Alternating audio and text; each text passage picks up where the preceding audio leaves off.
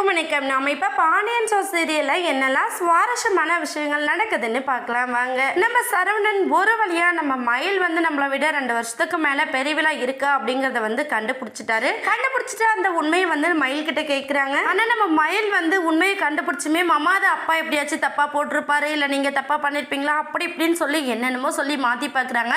இதையெல்லாம் கேட்டு கேட்டு வெறுத்து புளிச்சு போன நம்ம சரவணன் இன்னையோட உன்னோட ஆட்டத்துக்கு நான் முடிவு கட்டுறேன். என் அப்பா அம்மா கிட்ட நல்ல மாதிரி நீ ரொம்ப டிராமா பண்ணிட்டு இருக்கல, இன்னைக்கு போய் நீ பண்ண எல்லா விஷயத்தையும் சொல்ற, அதுவும் ஆதாரத்தோட இருக்கு. நீ படிச்சது, வேலைக்கு போனது, பிரெக்னன்ட் ஆனது, உன்னோட வயசுன்னு எதுலையுமே நீ உண்மையை சொல்லலாம் அப்படிங்கிற விஷயம் எனக்கு தெரிஞ்சிருச்சு.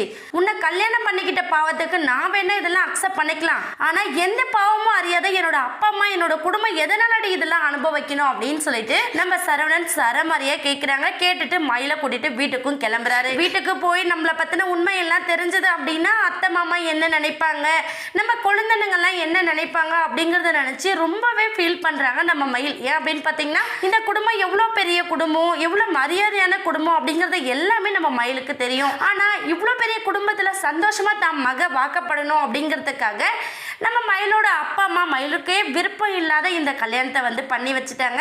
சரி, இந்த உண்மையெல்லாம் தெரியாது அப்படின்னு சொல்லி தான் நம்ம மயில் இவ்வளோ போராடி பார்த்தாங்க. கடைசியில் எல்லா விஷயமும் இப்போ தெரிஞ்சிருச்சு. இந்த விஷயத்தை எல்லாத்தையும் தெரிஞ்சுக்கிட்டு நம்ம சரவணன் என்ன பண்ணுறான்னு சொல்லிட்டு பார்த்தீங்கன்னா ரொம்ப கோவத்தோட நேராக அவங்களோட வீட்டுக்கு போகிறாங்க.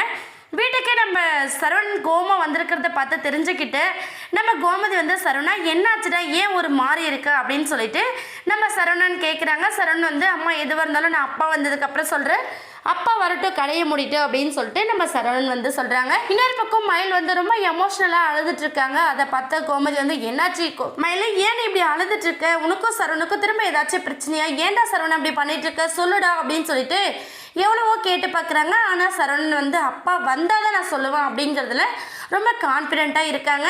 இப்போ பாண்டியன் வீட்டில் இருக்கிற எல்லாரும் ஒன்று சேரும்போது கண்டிப்பாக நம்ம சரவணன் உண்மையை சொல்ல தான் போகிறாரு. அந்த விஷயங்களை கேட்டு வீட்டில் இருக்கிற எல்லாரும் நம்ம மயிலுக்கு ஃபேவராக பதில் சொல்ல போகிறாங்களா, இல்லை மயில் பண்ணது தப்பு அதுக்கான பனிஷ்மெண்ட் அவங்க அனுபவிக்கணும் அப்படிங்கிறத தெரியப்படுத்த போகிறாங்களா அப்படிங்கிறத வெயிட் பண்ணி பார்க்கலாம். இந்த வீடியோ உங்களுக்கு பிடிச்சிருந்தா மறக்காமல் நம்ம சேனலை சப்ஸ்கிரைப் பண்ணுங்கள். தேங்க்யூ.